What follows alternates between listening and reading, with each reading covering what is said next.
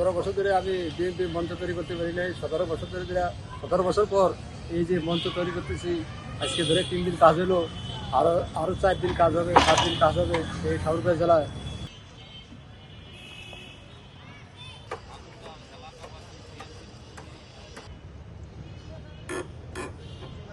আমরা দিনাজপুর থেকে আসছি এখানে। আজ আমরা যাবত ছাদের কাজ শুরু করছি। আমরা 17 বছর পর এই তারিখ যে আমাদের ঠাকুরগাঁও আসতেছে, আমরা খুব আমাদের খুশিতে এই মঞ্চটা বানাচ্ছি। যে আমাদের কারিগর যত করি আগ্রহ কারিগর বা পরিস্থিতি নিয়ে আসছি আমরা, যে আমাদের কারিগর আছে আমার জন্য মনে করেন অভিজ্ঞতা কারিগর নিয়ে আসছি।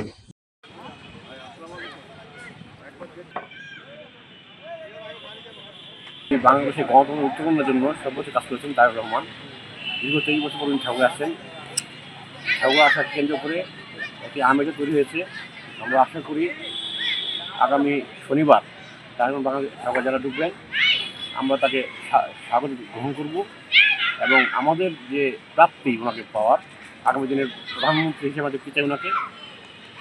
আর বাংলাদেশের এই আন্দোলনে ওনার যে ভূমিকা ছিল দেশের বাইরে থাকার পরও, উনি যদি দীর্ঘ 17 বছর এই বাংলাদেশ কাজ করেছেন, এটা এই দেশের জাতির কাছে বড় পাওয়া ছিল। অবগত আছেন 3 বারের প্রধানমন্ত্রী দেশনেত্রী বেগম খালেদা জিয়ার পাকরাত কামনায় দোয়া মাহফিলে উপস্থিত থাকবেন আগামী রাষ্ট্রনায়ক, আমাদের সকলের প্রিয় মানুষ, যিনি 17টি বছর দেশের বাইরে থেকে আন্দোলন সংগ্রামের নেতৃত্ব দিয়েছেন।